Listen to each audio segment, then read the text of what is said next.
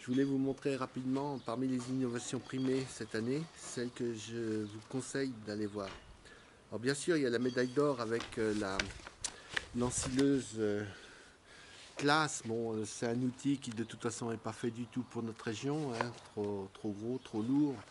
Mais c'est une super innovation parce qu'en fait, les sèche-chenilles particulières qui font qu'on peut tourner sans arracher l'herbe, peut-être qu'un jour elles se déclineront en plus petit format et que ça équipera, on peut imaginer que ça puisse équiper des petits robots. Ce sera le même principe en tout petit. L'autre médaille d'or, la forge, je crois que c'est super intéressant parce que ça permet de, comment je vais dire, c'est la polyvalence des outils. C'est-à-dire que c'est une interface qui va se mettre entre le tracteur et tous les autres outils qui ont besoin d'être guidés. Et ça évite d'avoir à chaque fois un outil presque autonome pour avoir la même efficacité. Allez voir, parce que je les ai rencontrés, c'est super intéressant. Allez voir l'innovation de Kuhn. En fait, ils servent de la réalité augmentée. Alors, c'est quoi?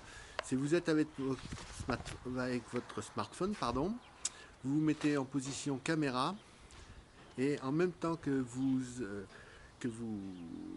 comment dire, que vous filmez, et ben votre appareil, en surimpression sur votre écran, vous avez soit les points de graissage, les points d'entretien.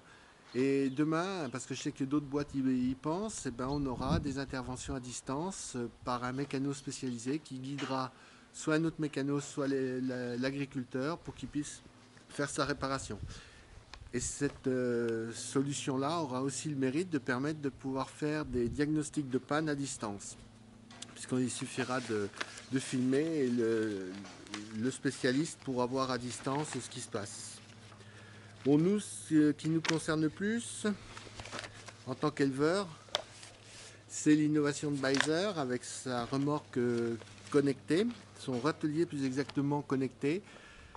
Bon, imaginez que vous ayez des bêtes, des animaux, pardon, qu'il faille nourrir à distance, hein. Euh, Aujourd'hui, il faut aller voir ce qui reste dans le râtelier et puis faut y aller des fois pour rien, puisque enfin on voit les animaux, mais qu'il faut y retourner après avec un tracteur. Et là, on peut imaginer que l'appareil, en voyant l'état, la quantité de fourrage qui reste dans le râtelier, puisse envoyer une indication qui fasse que le matin, au lieu de partir avec la voiture pour aller voir les animaux, on part avec le tracteur et puis une botte de foin devant et derrière. Et ça, c'est pour ceux qui ont des parcelles très loin, ça peut être un réel plus et ça peut faire des très très grosses économies de temps et de trajet. Et puis la fonction, elle permet aussi de surveiller un peu le troupeau, à savoir de vérifier l'état d'avancement et les consommations d'aliments. Et c'est toujours important d'avoir des références et des datas.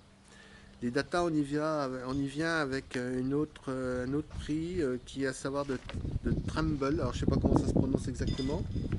Et en fait là, c'est des exemples de partage de données entre un outil et les ordinateurs à la maison et donc de se faire des bases de référence. Et ces bases de référence, pour moi, elles sont fondamentales. L'échange de données, alors il y a tout le problème de la sécurité dans les données, dans l'échange de données, hein, de ne pas se faire pirater. Mais cet échange de données va être fondamental. Pourquoi? Parce qu'il va il va permettre à l'agriculteur à l'avenir d'avoir des bases de données hyper suivies, d'avoir des références, de pouvoir connaître ses temps de travaux, ses temps d'utilisation, et d'adapter le matériel en fonction, mais également de changer ses techniques quand on peut faire des économies, peut-être en changeant simplement une façon d'approcher ou de se déplacer, etc. Enfin, tout est possible et je pense que c'est vraiment fondamental et que tout ce qui va être échange de données sur le village des startups est vraiment quelque chose qu'il faut étudier à fond. Enfin, pour finir, j'ai été très très impressionné par cette caméra. Elle n'est pas primée, mais j'ai longuement discuté avec son concepteur. Alors en fait, c'est tout simple, hein, enfin, tout simple et très compliqué à la fois. C'est une caméra qui est capable de reconnaître 30 à 40 plantules, et ce en avançant à la vitesse d'un tracteur. Et ça permet derrière de faire une cartographie exacte de toutes les adventices qu'il y a dans une parcelle, par exemple de céréales ou de vignes, parce que je crois qu'ils travaillent beaucoup sur la vigne pour reconnaître également les maladies.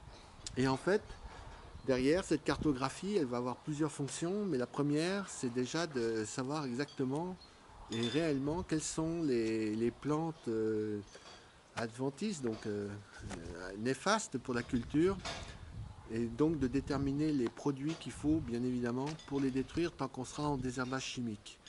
Mais second intérêt, c'est qu'on va pouvoir comment dire, mettre les produits aux beaux endroits et là où il faut. Et là, on peut estimer qu'il y a des économies absolument considérables. Et au lieu d'arroser toute une parcelle comme on le fait aujourd'hui, ben, on ira arroser la partie où il y a réellement le problème. Et on peut imaginer qu'on puisse avoir des densités également qui évitent de traiter pour tout et pour rien, puisqu'on aura la cartographie exacte.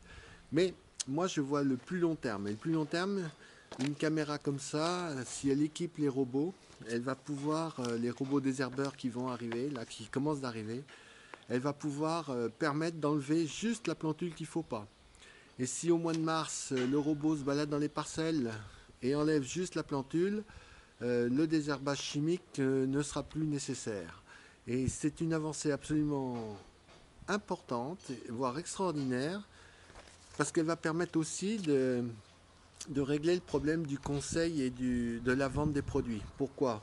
Ben parce que là, c'est complètement neutre, hein. On a la cartographie de sa parcelle. On peut imaginer sans problème que par une intelligence artificielle, ben, il y a une préconisation et que derrière tout ça, ben, ce soit indiscutable. On n'aille pas mettre des produits qui ne faillent pas pour des plantules qui n'existent pas.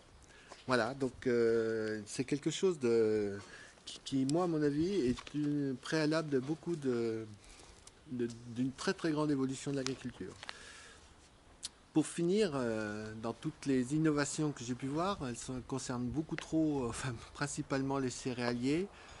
Et quand on interroge les firmes, hein, je pense à Airbus par exemple, avec la cartographie qui permet de savoir enfin de mesurer le besoin d'azote des parcelles, je pense que nous, éleveurs, on doit absolument s'investir et montrer notre intérêt pour tout ça, parce que ben, on est concerné au même titre que les céréaliers, mais d'une autre façon, par toutes ces technologies, et qu'il est un peu dommage qu'on passe un peu en second plan, ou qu'on considère que l'élevage aille allant mal en ce moment, ben, qu'on ne sera pas marché porteur, entre guillemets, d'innovation. Et c'est vraiment dommage. Et moi, j'espère beaucoup, dans les villages des startups, pouvoir discuter avec les responsables de ces startups pour les convaincre que nous aussi, on a des besoins et que nous aussi, on aura l'obligation d'évoluer dans nos technologies dans les prochaines années. Voilà, j'espère vous retrouver au CIMA. Je mettrai sur mon tweet en partant le matin le jour. Bon, ce sera un petit peu, ça permettra à ceux qui sont présents ce jour-là de peut-être de se croiser dans les allées.